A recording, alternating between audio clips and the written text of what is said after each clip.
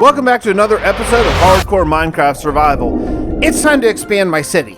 Look, for the last bunch of episodes, I have been working on the infrastructure, farms, and what I need to survive, but now it's time to thrive. Here's the thing though, for every house I want to build in this world, I have a rule that I need to build 3 farms. So yeah, if you like farming, you're gonna love this episode. Enough talking, let's get right into it. I want to start right away with farming, and to do that, I need some farm land. So to do that, I move my beacon and I'm going to start making some tiers. This 118 generation is amazing, but it does make farming a little bit more challenging. So I'm going to have to do another one of these sort of tiered areas. I think it's going to be cool, but yeah, it's going to be a lot of work.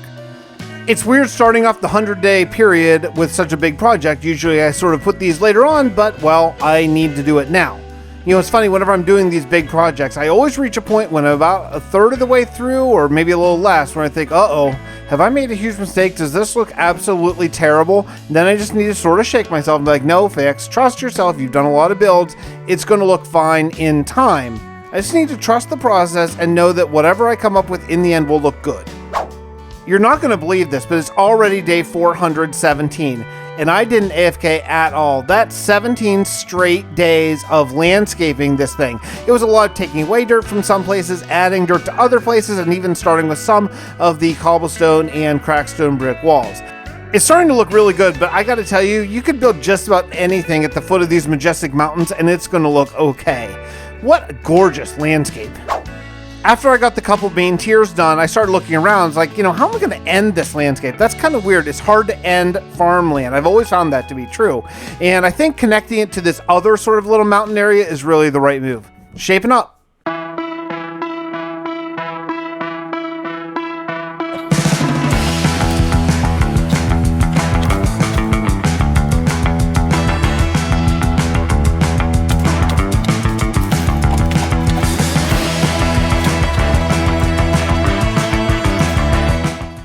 Yeah, okay, what?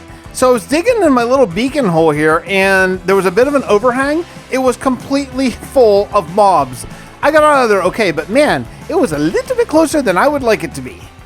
Anyway, hey, you remember that intro bit where I talked about this? If you like farming, you're gonna love this episode. Well, that being said, it's time for a...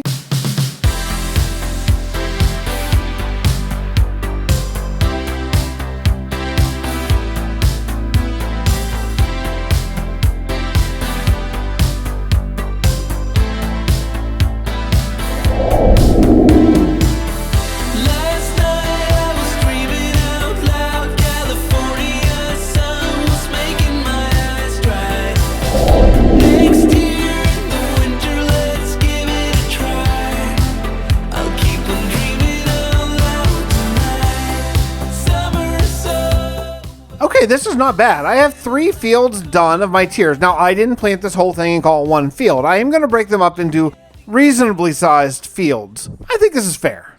By day 427, I have a good start on these fields. 3 are completely done. I want to work on some pathing and also this retaining wall. Now, for right now, I just use cobble and smooth stone. I don't have tons of resources yet, so I'm going to have to just sort of go with that for now, and maybe I'll detail it further later on.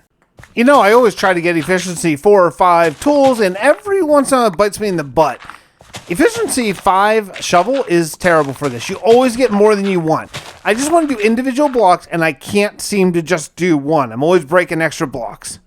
But finally, after a lot of days of farming, I decided it's time to build a house. And I built a house right here on the corner.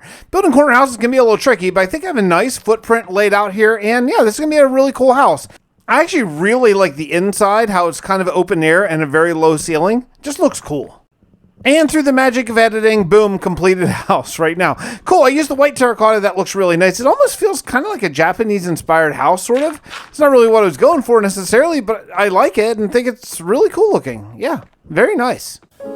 Believe it or not, it's time for another farming time-lapse, and this time I want to play a little special music. If you're fairly new to the channel, you might not know this. This is a song I wrote and recorded, and it's free for supporters to download and royalty free, so use it in your own tracks if you'd like it.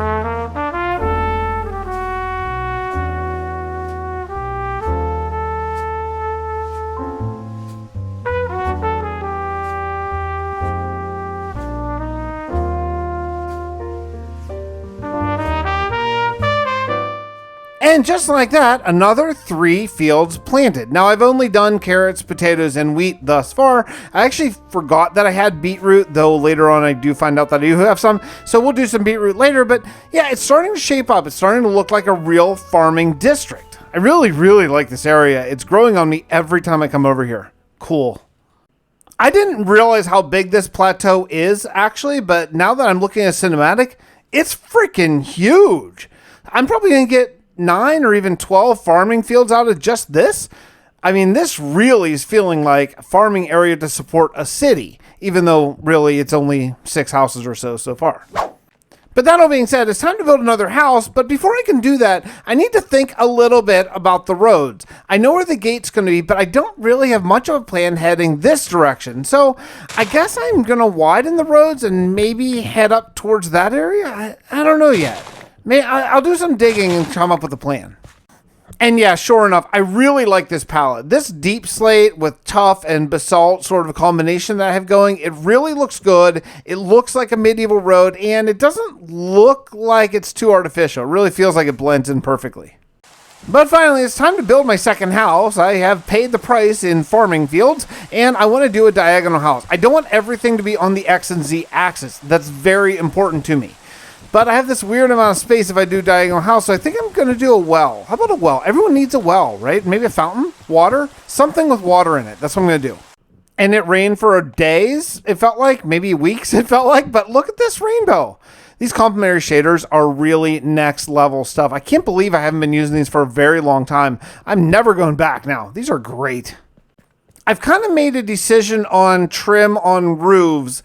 I think other than this one house, and that's just because it's diagonal and kind of weird, but other than this one house, every main house of the kingdom, meaning storage room, farms, all that kind of stuff, can have trim. Regular houses won't. I think that'll be a nice way to go in general. This one, again, kind of the exception to the rule. It needs the trim because it looks weird without it.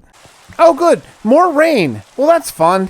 Hey, listen, I have an idea. I want to name the streets. It's something I've never really seen anyone do, and someone mentioned it during a live stream, which if you want to know, I live stream on YouTube. Hit the bell for notifications so you know when I'm going live, because I don't usually do it on a schedule. It's kind of whenever I have the time. I only have 2 streets so far, but I want to name them. So if you have a good street name suggestion, leave it in a comment, and next episode I will pick from those names and name the streets forever and ever after whatever you choose. By day 457, I've actually done 3 more fields. Don't worry, I'm not doing another time lapse. I think we've done enough of that today. But sugarcane and potato and carrot, I think. And yeah, I think we're ready for another house. I can't believe this. This is awesome city building. Here's the thing, though. I keep calling this place a city, but it doesn't really feel like a city. Yeah, I know I don't have enough buildings, but the biggest thing is my roads are really little. It feels like a big town. Not okay. Let me show you again what I mean. I showed this an episode or 2 ago. This is my old single-player world, a bedrock world called Tovlin.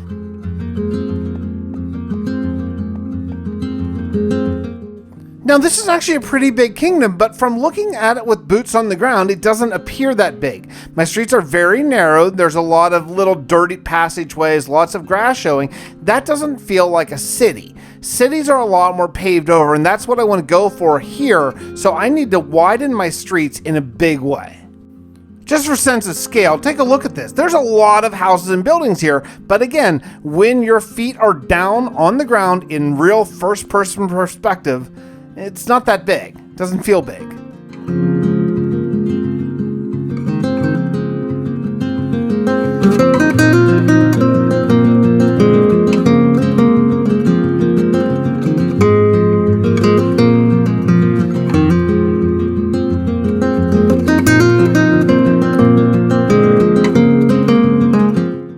Oh yes, this is much better. This feels much more like a real city, and I didn't change that much. I had a couple streets, I widened what I did have. Pretty good. Now this area probably needs some work. Let's take a look at this. I filled in all the grass around these little bench seating areas with stone, and yes, 100 times yes. Now we're talking. It's starting to feel like an actual city. Do you see the scope and the scale of things that I'm talking about with this world? Yeah, we're going big. We're going all in, full medieval city. It's going to be spectacular. And honestly, now that I have more roads laid out, just plugging in houses is really pretty easy. I can be more and more creative with these if I want to, but honestly, for some of the living houses, it's not bad to just put down a frame and go. Sometimes I want to be super creative, and sometimes I don't want to reinvent the wheel. This is the latter, but it's going to look really nice. I haven't done a lore segment in quite a while, and this wandering trader came up and said, "Yo, Fix, let's do some lore. Let's talk about the lore of this world." Yeah, that's a really good idea, Wandering Trader. Let's do that in the form of a book, because I'm going to leave it in the world. Sounds like a good idea.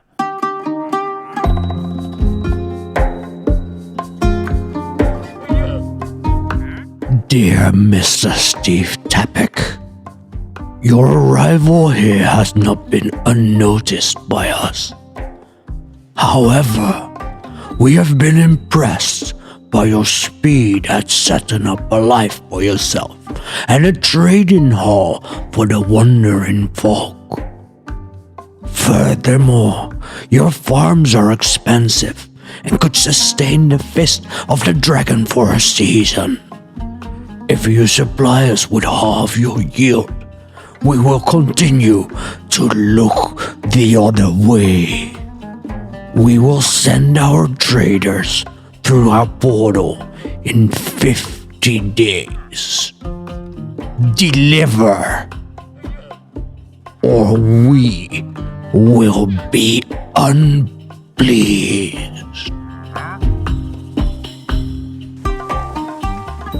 How about that? So there's someone called the Fist of the Dragon, and they're demanding half my yield of crops. Okay. Alright, I like where this is headed. This is going to be sort of how we do lore in this world from here on out. There are going to be books and things voiced by some of my friends. That was voiced by the great, the one and only Loony. How about it? How about, I got Loony to voice a book in my world. It's pretty awesome. Having gotten 4 of my gold tier houses put up, and I have quite a few more, but I'm feeling good about that. I realized I want to do some interiors, and to do some interiors, I really need wool. And yeah, you know, it'd be really nice to have sort of an automated wool farm in this world that's just running all the time. I have an idea. I cleared out this little area here. It's kind of right in between my farming district and my main city, so I think it should be loaded quite a bit. And I'm going to put up a big barn, a big sheep barn, just full of sheep, lots of wool. Should be really easy, and yeah, it's going to be awesome. It should just run all the time. 24-hour day wool. Nice. Oh, next, it's time to craft. I got to craft a ton of repeaters. What? Yeah, I need repeaters. It's redstone time, baby. Even the simplest redstone, even the very simplest thing makes my head hurt. I have a plan, and my plan is, oh man, it's this. I've done a similar design before, but this time I want to be more efficient. I only want to have one minecart that is going to put the shears in the dispensers and trigger the dispensers to go periodically. Now, dispensers won't wear out your shears unless they can actually shear sheep, so it's not a big deal if they just fire and nothing happens. I think it's a win-win overall. I just have to figure out how to get the redstone signal from the cart going around into the back of these dispensers to fire them. By putting activator rails on top of the hoppers and then repeaters going out, I think that should send a signal out. I just hope it doesn't lock the hopper with redstone signal. That's my main concern. And now for something a little bit more old Fix's speed, moving sheep.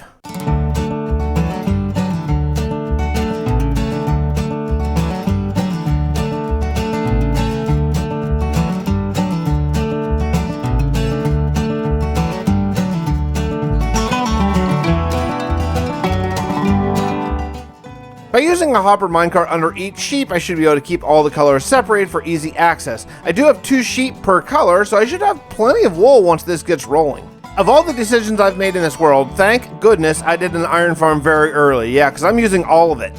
I got all 32 sheep in their pens, and turns out I bred a few too many, so... sorry, sheep. Don't look at me like that. I'm no monster.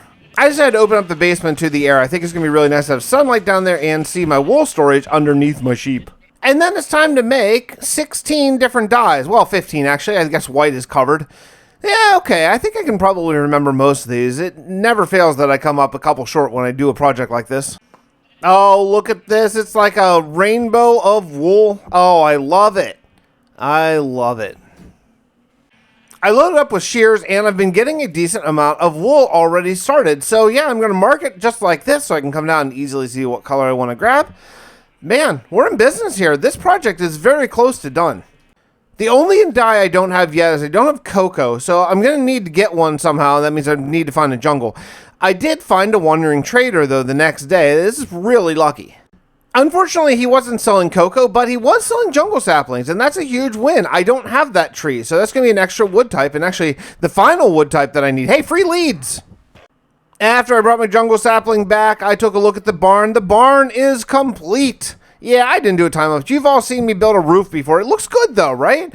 Again, skylight on the roof to have the sun shining through the whole way down to the basement. It looks good. It's working great. Every once in a while, I just have to add more shears. But, yeah, I have wool on command, except for brown. Day 493. I give out world downloads to my patrons and YouTube's members, so I want to make sure that the world is in a good state for downloads here, and I have 7 days to finish up. To be honest, when I started doing these tiered farms here, I wasn't totally sold on it, but the more I see it now, the more I'm used to it. It looks really cool, and I'm just imagining this entire area, just a whole bunch of farming plateaus. I brought in a whole bunch of slabs and stairs and stuff. We're going to detail this with crackstone brick and finish up these retaining walls. There's not a lot of detail going into these because there's so many. You don't need to detail when there's this massive amount. But still, I want it to look nice, and yeah, I think the effect is there. It's really cool to walk around here.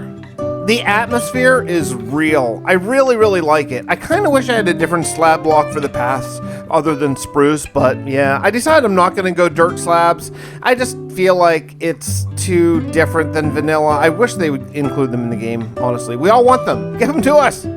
One of the last projects I have time for this 100-day period is to finish this road. I'm not going to get to the bridge, but I do want to mostly connect up the main city with the farming district, and this road is perfect. I do have the cliffs all set up from terraforming a couple episodes ago, and we're all ready, except for, well, the gates and the bridge that leads there. Look at this dude, another wandering trader. It's funny, I don't see any for several episodes, and now I see one every other day. All right, then. The last thing I really need is I need to add bushes to sort of the edge of the farms, even when there's one of these retaining walls, because it just makes a nice transition from the crops up to the wall. See what I mean? This one doesn't have it. The other one did. It's a big difference. So yeah, so I'm losing a little bit of crop space, but again, totally worth it. And these crops will never be harvested. These are just for aesthetics only. So who cares? Not me.